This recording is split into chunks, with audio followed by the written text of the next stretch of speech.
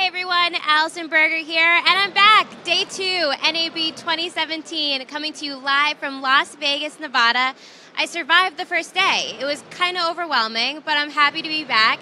And with me right now is Henry Tirl. How are you doing today? I'm a little bit overwhelmed myself, but I'm doing well. Thank you very much. It's a lot, and this is your first time here too, right? Yes, in 35 plus years, this is my first time here. You finally made it. Yes. So for 35 years, what have you heard about NAB? I mean, I know NAB hasn't been around that long, or at least I don't think it has. You know, actually, I'm not quite sure either, but no, I've heard everything that I see and more. It is really astoundingly overwhelming. There's no way, if I committed a whole week, that I could go through all of this. Did it meet your expectations? Yes, it's a little bit too much. Is it? It's a little bit too much in some ways. You need it scaled down a little bit? Yes. But it's Vegas. You got to go big or go home, right? Wait, does that mean you're ready to go home? Not yet, right? Not yet. I have a few things that I definitely need to go and check out. Yeah, like what? Because I'm to the motion picture industry side of communications. It is, there are manufacturers here that straddle both divides, whether it's television and live broadcast versus where I'm at. So there are, the camera manufacturers, the lens manufacturers. Specifically, I do Steadicam. There are some Steadicam manufacturers here, and on wireless broadcast, transmissions. So you're really embracing the change that's going on in filmmaking. You have to. You have no choice. You have no choice. And some of the new technology manages sort of to straddle where, the foundation of some of the things that we've been doing one way or the other for 30, 40, 50, 60 years, it's still there. So I was a little bit afraid of the electronic revolution and computer revolution for a while, but now I'm very much part of it. You're okay with it? Oh, absolutely, I am. Yes. So let's tell our friends and our audience back at home a little bit about where you started and where you're at today in regards to your career in camera departments. My father was a cinematographer back in Europe. And while he encouraged me to go somewhere else and to stay away from this industry, but I think he was secretly very much cheering me on. Right. And I wound up going on set. First time I went on set as actually part of the crew, I was 14. Wow, that's young. On my summer break, yes, in between school. And I loaded film magazines. I was the only camera assistant on set. And I had a VW Vanagon bus. That was my camera truck. Yeah. And that was it. And I've been doing it ever since. You just fell in love.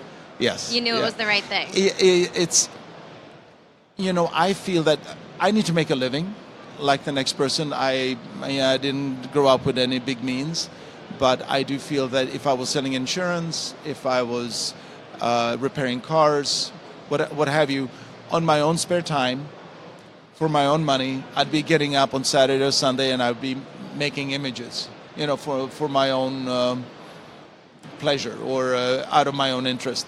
I make a good living and I get to travel the world doing something that I would be doing on my own anyway. I love what I do. I always say I love what I do. I don't enjoy every single moment of it because it's really hard work, really long hours, really hard work. But yeah. I really feel very fortunate. And even to this day, I walk onto a set and I get really excited and I'm thinking, this is absolutely crazy. This is absolutely crazy that we're doing all of this and I get to be part of it. And I get to make a living at it. I feel very fortunate. That's wonderful. Yeah. And that's such an powerful feeling. Like you're making this magic happen.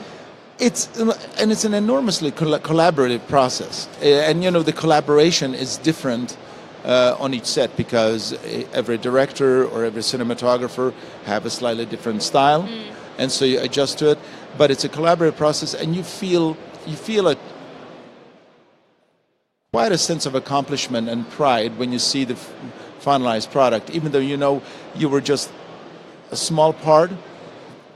It feels terrific most of the time. Sometimes the final product you're not so proud of, but Right. that happens too. But that's kind of an interesting thing, that sometimes when you're in the moment and you're shooting and you're on set, and then when you see in the screening room, is there ever a moment where you're like, wow, was that really what we did? Or what type of reaction do you get?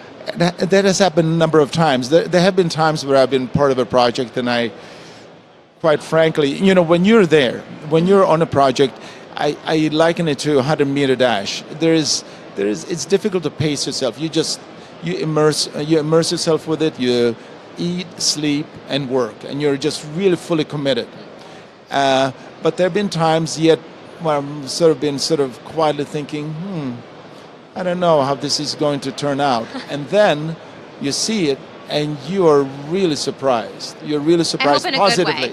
In a good way. Yeah, absolutely. Good. There have been some disappointments as well, but there have been a number of surprises where I really wasn't quite sure that it was going to turn out as well as it did. Right. Yeah. And that must have been such a wonderful thing, starting your career path and starting to do what you love and sharing that with your dad. I think that's such a nice thing.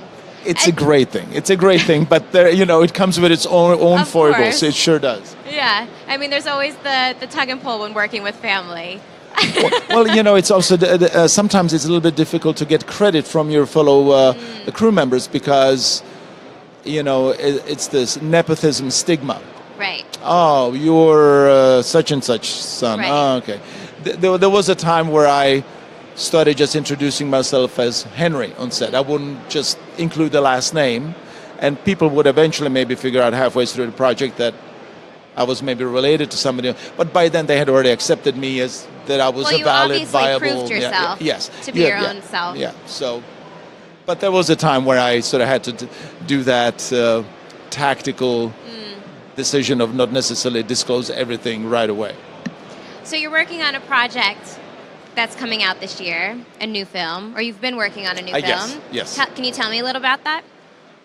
Well, has been a number of them. What's one that you... Do you have one specifically in mind? Duncan? Yeah, Dunkirk? Dunkirk. Yes. I was very fortunate to be part of that. It was my first project with Christopher Nolan, who I've been admiring his projects since Memento. And it was quite an adventure because it's a historical tale of something that happened in World War II, and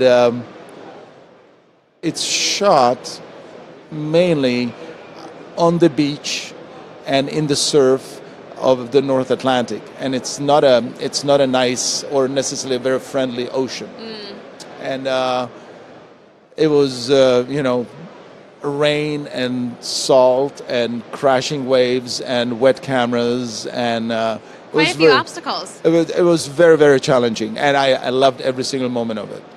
Every single moment of it. And the cameras that we used were mainly the IMAX cameras, which give you a phenomenal image. Wow. But they're big and they are bulky and they are not very ergonomical and they're very heavy. And so that one in itself. Were you expecting to have to face these types of obstacles when you signed on to this project? I did. You were up for it. I was definitely up for it, and I knew it was going to be all that. I did, and there were times where for 5 weeks for 5 weeks in a row. Sometimes we were on ships that were just rocking back and forth for 14 hours a day, all day long, and. You walked into your hotel room at the end of the day, and you were still swaying. You were swaying. You looked yourself in the mirror, and the whole room was swaying every day. Wow. Yeah. That's a lot. Have you ever had an experience where you signed on for a project and then it got started and you regretted signing on for it because it just... It has happened a couple of times, but it had more maybe to do with maybe some dysfunctionality between some of the creative powers to be on set, and that made the situations awkward and uncomfortable. So that has happened a couple of times, but after 37 years on sets, it's actually not been that often. I'm surprised because I've done quite a few projects by now, and it's not happened that often, but it has, and then it's they can be very disappointing, and you know, because you really give yourself to a project. You know, when you're there on that 14th hour, and then you're just eking out every single. It saps your morale and energy a little bit when it's something that's very, very dysfunctional on set, but does, you know. It's life. It's it's fine. You got to work with the team. I hope they keep on hiring me, so I think you're doing something working. right. Yes. Well, speaking of teams, you were part of the Society of Camera Operators, thanks to your dear friend, Mr. George Billinger, that we spoke to yesterday. Yes. So what do you feel about being a part of the society now? I'm quite honored to be asked and to be part of it. We do really have the very echelon and top, most accomplished operators. They're out there in our industry, at least on this continent, and it's special. It's special, and you know, it's also a great forum for us to exchange, because a lot of times, a lot of these really top elite operators, they don't get to work with each other. You know, Mitch Dubin gets to go and work on a project. George gets to work on a project, but we don't get to actually share the set. Right. So it's a great place to get together and exchange, compare notes and ideas and what has worked or not, and it's the only way to learn. Right. Absolutely, and you know, and also we get to. There's always a little bit of a code how to work with a particular director or a particular cinematographer, and it helps if you know some of their idiosyncrasies or some of their likes and dislikes, and it's very inspiring. I love watching their work. Yeah, I'm a little bit intimidated by their work. I don't think so. I am. Oh, well, I'm sure they appreciate that, because now they're good buddies of yours. Yeah, they're good buddies. They certainly are. They've been very good friends. Or we should say that because they're listening, right? Yeah. Well, I think now they're good buddies of mine too, because I got to spend some time with them yesterday. So hopefully, you know, I'm getting myself a part of the society. Come on, you should be honorary member. Well, I'll take that up with George right after this interview. We'll talk to the president. You got it. Well, Henry, thanks you so much for joining me, and I hope you enjoyed the rest of your first time at NAB. I am, and it's not over yet, right? Definitely not. And thanks so much for watching at home. I'm Allyson Berger, and we'll be back soon with Be Terrific.